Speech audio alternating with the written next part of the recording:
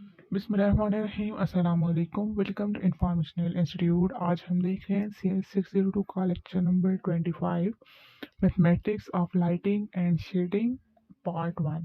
तो अगले जो 5 लेक्चर्स हैं वो हमारे इसी टॉपिक पर हैं, mathematics of lighting and shading में। तो आज का जो लेक्चर है उसमें हम ये डिस्कस करेंगे कि हमारे पास लाइट क्या है और जो हमारे पास कॉमन लाइट्स हैं वो क्या हैं, ठीक है।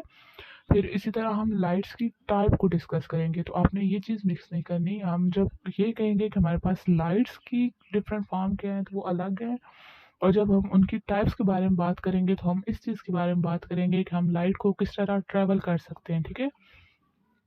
तो इसके बाद हम शेडिंग को डिस्कस करेंगे, जैसा कि हमारा टॉपिक है mathematics of lighting and shading.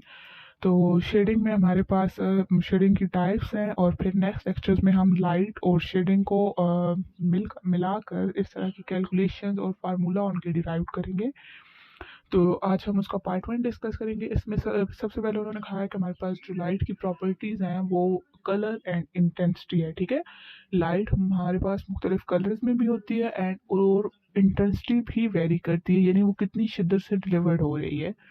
और हमारे पास जो दो फिनोमिना है जिसमें हम लाइटिंग की कैलकुलेशन कर सकते हैं।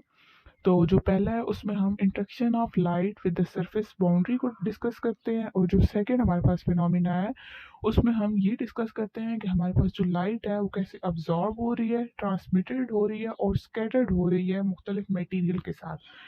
उसके बाद हमारे पास जो कॉमन लाइट टाइप्स हैं वो है ambient light, diffuse light, specular light and emissive light. तो आज के टॉपिक में हम यही डिस्कस करेंगे। सबसे पहले हमारे पास इमिसिव लाइटिंग। एम्बिएंट लाइटिंग को हम मूड लाइटिंग भी कहते हैं। एम्बिएंट लाइटिंग में हम डिस्कस करते हैं जो ऑब्जेक्ट का कलर होता है, ठीक है। कोई भी हमारे पास ऑब्जेक्ट है, जब उस पे एक जन इन्वायरमेंटल इल्यूमिनेशन है, यानी माहौल के मुताबिक जो रोशनी है, यानी दिन या रात के टाइम में जो आपका इन्वायरमेंटल जो रोशनी पड़ रही है उसमें हमारे पास जो ऑब्जेक्ट है उसकी क्या लाइट है, ठीक है, उसका क्या कलर है। तो इसको हम कहते हैं एम्बिएंट लाइटिंग, यानी कोई पार्टिकुलर लाइट ना हो लेकिन जो जनरल इन्वायरमेंटल इल्यूमिनेशन की वजह से हमारे पास जो ऑब्जेक्ट का कलर होता है उस पे हम उसको हम एम्बिएंट लाइटिंग कहते हैं।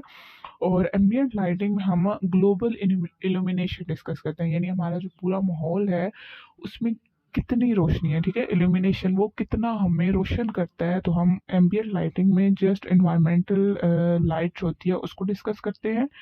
जो हमारे पास डिफ्यूज लाइटिंग होती है इसमें भी हम ऑब्जेक्ट की ही कलर को डिस्कस करते हैं, लेकिन तब जब हमारे पास कोई स्पेसिफिक सोर्स होता है लाइट का, यानी कोई भी अगर हमारे पास ऑब्जेक्ट है उस पर हम कोई भी लाइट जब डालेंगे तो हमारे पास जो उसका कलर या वो जो लाइटिंग होती है उसको हम कहते हैं डिफ्यूज लाइटिंग। और डिफ्यूज लाइटिंग जो होती है वो तमाम डायरेक्शंस में रिफ्लेक्ट करती है, ठीक है। नेक्स्ट हमारे पास है स्पेकुलर लाइटिंग। तो specular lighting is the colour of highlights on the surface. The specular light mimics the shininess of surface and its intensity is a function of light reflection angle of the surface। यानी हमारे पास जो कोई भी surface है जो उसका colour है उसको हम थोड़ा एक और लाइट के साथ उसको थोड़ा मैक्सिमाइज करते हैं तो वो हमारे पास आ जाती है स्पेकुलर लाइट, यानी उसकी शाइनीनेस में हम इजाफा कर दें, और वो जो हमारे पास जो लाइट रिफ्लेक्ट हो रही है उसकी इंटेंसिटी को बढ़ा दें तो हमारे पास जो लाइट आती है वो हमारे पास होती है स्पेकुलर लाइट। और मिसिव लाइट भी हमारे पास स्पेकुलर लाइट की ही तरह है कि जब भी हमने सीन में किसी भी ऑब्जेक्ट को थोड़ा ज़्यादा ग्लो करना होता है तो हम उसमें जो लाइटिंग यूज़ करते हैं उसको हम एमिसिव लाइटिंग कहते हैं। एमिसिव लाइटिंग से नीचे हमारे पास जो पैराग्राफ है उसमें एक टर्म गिवन है मॉड्यूलेशन।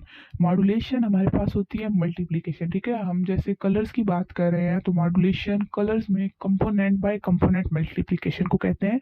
यानी अगर हम आरजीबी की बात करें तो हमारे पास red, green and blue three colours की डिफरेंट कंपोनेंट होते हैं, यानी मुख्तलिफ वैल्यूज होती हैं। जब हम उनको मल्टीप्लाई करेंगे तो हम कंपोनेंट बाय कंपोनेंट मल्टीप्लाई करेंगे, ठीक है।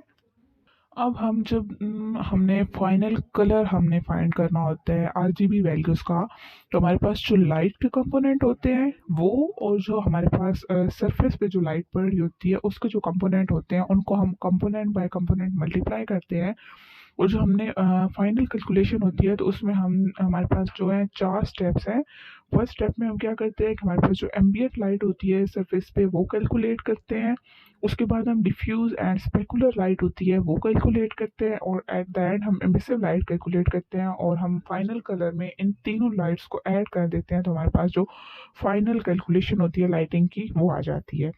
इससे नेक्स्ट हमारे पास है इस लेक्चर में नेक्स्ट पैराग्राफ में एक लाइन है, उसको आप अंडरलाइन कर लें, जो ऑब्जेक्टिव पॉइंट ऑफ व्यू से इम्पोर्टेंट है, जिसमें उन्होंने कहा है generalisation is that conductors are opaque and dielectrics are transparent. तो ये आपने ऑब्जेक्टिव वाइज इसको याद रखना है। इससे पिछले जो थोड़ी बहुत डिस्कशन है वो ऐसे आपके लिए इम्पोर्टेंट नहीं है।